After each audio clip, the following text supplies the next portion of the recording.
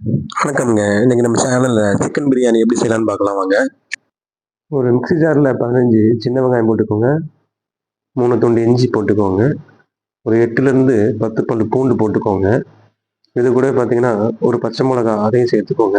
இப்ப நம்ம போட்டுக்கிற வெங்காயம், இஞ்சி, பூண்டு, பச்சை மிளகா இதெல்லாம் நம்ம அரைச்சு எடுக்கணுங்க. கொஞ்சம் தண்ணி சேர்த்து நல்லா இதே மாரி அரைச்சு எடுத்துக்கோங்க. அடுத்தது இந்த பிரியாணிக்கு தேவையான மசாலா தாங்க நம்ம அரைக்க போறோம். அந்த மசாலாக்கு நம்ம என்னென்ன வேணும்னு பார்த்தீங்கன்னா, 3 ஏலக்காய் போட்டுக்கோங்க. 3 கிராம்பு போட்டுக்கோங்க. ஒரு ஸ்டார் அன்னாசி போட்டுக்கோங்க. ஒரு துண்டு பட்டை போட்டுக்கோங்க. கல்பாசி கொஞ்சம் போட்டுக்கோங்க. பிரியாணி இலை அது ஒன்று சேர்த்துக்கோங்க இந்த கூடவே. சேர்த்து அப்புறம் நல்லா பவுட்ரு மாதிரி இதை அரைச்சி எடுத்துக்கோங்க. இந்த பிரியாணி செய்யறதுக்கு 1/4 கை புதினா எடுத்துக்கோங்க. 1/4 கை மல்லி இலை எடுத்துக்கோங்க. அரை எலுமிச்சம்பழம் எடுத்துக்கோங்க. இன்னைக்கு நம்ம தம் பிரியாணி தாங்க பண்ண போகிறோம். அதுக்கு என்ன பண்ணுறீங்கன்னா, ஒரு 50 ml ஆயில் சேர்த்துக்கோங்க. இது வாசனை இல்லாத எண்ணெயாக பார்த்து சேர்த்துக்கோங்க. அப்போ தான் பிரியாணி செய்யும்போது நல்லா இருக்குங்க. இது கூட நம்ம அரைச்சி வச்சோம் இல்லைங்க, வெங்காயம், பச்சை மிளகா, இஞ்சி பூண்டு பேஸ்ட்டு, அந்த பேஸ்ட்டு போட்டுக்கோங்க. பேஸ்ட்டு போட்டு ஒரு மீடியமான தீயிலைங்க ஒரு 2லேருந்து 3 நிமிஷம் நல்லா வதக்கி எடுத்துக்கோங்க. இப்போ நம்ம 2லேருந்து 3 நிமிஷம் வதக்கிட்டோங்க. இது கூடவே பார்த்தீங்கன்னா, நம்ம மசாலாலாம் அரைச்சி வச்சுருந்தோம் இல்லைங்க, இந்த மசாலாவும் இது கூட சேர்த்துக்கணுங்க. சேர்த்து எல்லாம் ஒரு அந்த மசாலா எல்லாம் பச்சை வாடை போகிற வரைக்கும் ஒரு 2-3 நிமிஷம் பல்லடி வதக்கிக்கோங்க.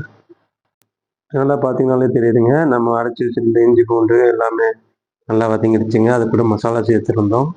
அது நல்லா வதக்கி அந்த எண்ணெய் பிரிஞ்சு மேலே வந்துருக்கு பாருங்க. இது கூடவே ஒரு தக்காளி அரைச்சி வச்சுருந்தேங்க. அந்த அரைச்சி வச்சிருந்த தக்காளியை சேர்த்துக்கோங்க. கொஞ்சம் தண்ணி ஆட் பண்ணி அதையும் மிக்ஸ் பண்ணி இந்த வெங்காயம், பூண்டு, இஞ்சி மசாலா சேர்த்தோம் இல்லைங்க, இந்த தக்காளி இது எல்லாமே பார்த்தீங்கன்னா நல்லா வசங்கி இந்த மாதிரி எண்ணெய் பிரிஞ்சு வரணுங்க. அது வரைக்கும் வசக்கி எடுத்துக்கோங்க. வசக்கி எடுத்ததுக்கு அப்புறம் பார்த்தீங்கன்னா, இது கூட நம்ம மசாலா சேர்க்க போகிறோங்க.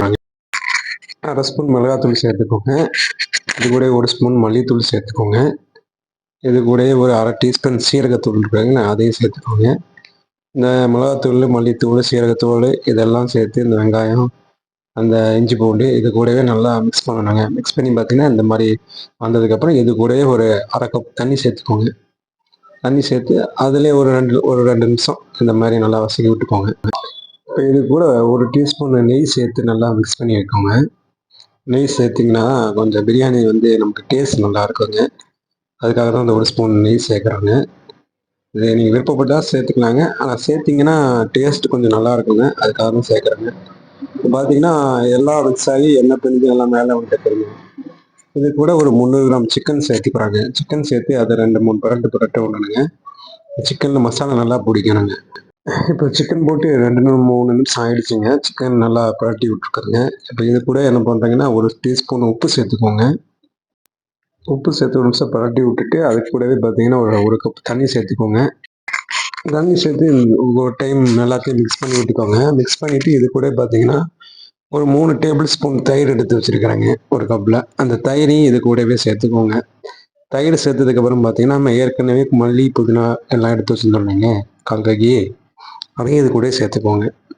இது கூட பார்த்தீங்கன்னா, ஒரு 1/2 எலுமிச்சம்பழமும் வச்சுருந்தோம் இல்லைங்க, அதையும் இதிலேயே சேர்த்துக்கோங்க.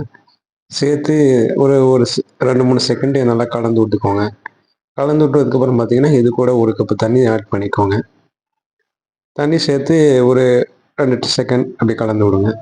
கலந்து விட்டு ஒரு தட்டை போட்டு மீடியமான ஃப்ளேமில் 1 நிமிஷத்துல 1லேருந்து 2 நிமிஷம் அப்படியே கொதிக்க வச்சு எடுங்க.